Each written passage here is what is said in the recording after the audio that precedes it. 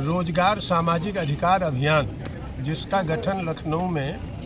6 महीने पहले हुआ था, उसी का यह धरने का और ध्यानाकर्षण का यह आज बैठक है। इसमें 5 और 6 बिंदु हैं जो प्रमुख हैं। उसमें जो सबसे बड़ा प्रमुख है वह यह है कि ओबीसी में जो अति पिछड़ों का हिस्सा है, कर्पूरी ठाकुर फार्मूले के आधार पर जो बिहार में लागू हुआ है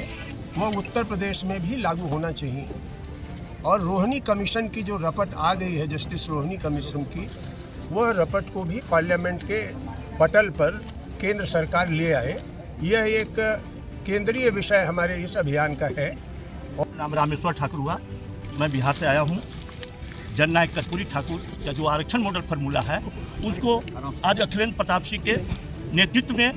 बाबू रामपाल जी के संयोजक में, ये उत्तर प्रदेश के भारत के सबसे बड़ा सूबे में आज 40 साल हो गया। कर्पूरी ठाकुर आरक्षण मॉडल फार्मूला के तहत ये यहाँ की दबे कुचले कमजोर, extremely backward, most backward, extremely EBC के लोगों को आज तक रिजर्वेशन में नहीं मिला। जैसे बिहार में पंचायत आर्टिकल 243 टी और डी के तहत नगर निकाय और पंचायत में मिला। आज अप्रैल मई में यहाँ चुनाव होने जा रही है। हम लोग तमाम लोगों से अपील की है कि ये सरकार, माननीय मुख्यमंत्री जी ये योगी आदित्यनाथ साहब की सरकार जो है, कर्पूरी ठाकुर आरक्षण मॉडल फार्मूला 2006 के जो वहाँ जो संविधान के तहत लागू हुआ है, उसी प्रकार उत्तर प्रदेश की सरकार ये पंचायतों में अति पिछड़ों को, ओबीसी में अति पिछड़ा को वर्गीकरण करके अलग करके जैसे बिहार में है उसी पैटर्न पर यहाँ लागू करे। इस एक मुहिम के अलावा और भी जो आर्थिक स्थिति है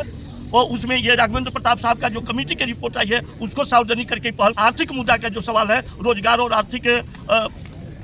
रोजगार और सामाजिक अधिकार अभियान के तहत, उसमें हम अपील करने आए हैं कि जो टचेबल वर्ग है, पुश्तैनी सेवा पर के लोग हैं, जो वंचित वर्ग के लोग हैं, दबे कुचले लोग हैं, उनको सहकारिता रूपी वो जो संविधानिक है, संविधान के 9वीं भाग में जो आर्टिकल 243 ZH के तहत है उसके तहत जोड़ा जाए और आर्थिक मजबूती हो। ये तमाम मुद्दों के लेकर आज पहला बार ऐतिहासिक कार्यक्रम ये परिवर्तन चौक पर आज जो इको गार्डन पार्क में हो रही है और यहाँ से तमाम लोगों के सहयोगी के माध्यम ब्लॉक स्तर पर हम लोग वो काम करने के लिए तैयार हैं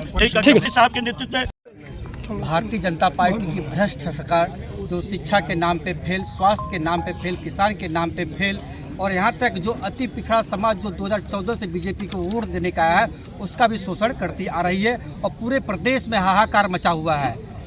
हत्या, बलात्कार, लूट, तमाम घटनाएं उस सरकार को उस लखनऊ की धरती से हमारे राजेश दीक्षित जी और अखिलेंद्र प्रताप के नेतृत्व में हम लोग सरकार बदलने की स्थिति में है और 2027 में आज इस धरना प्रदर्शन के माध्यम से आगाज हो रही है।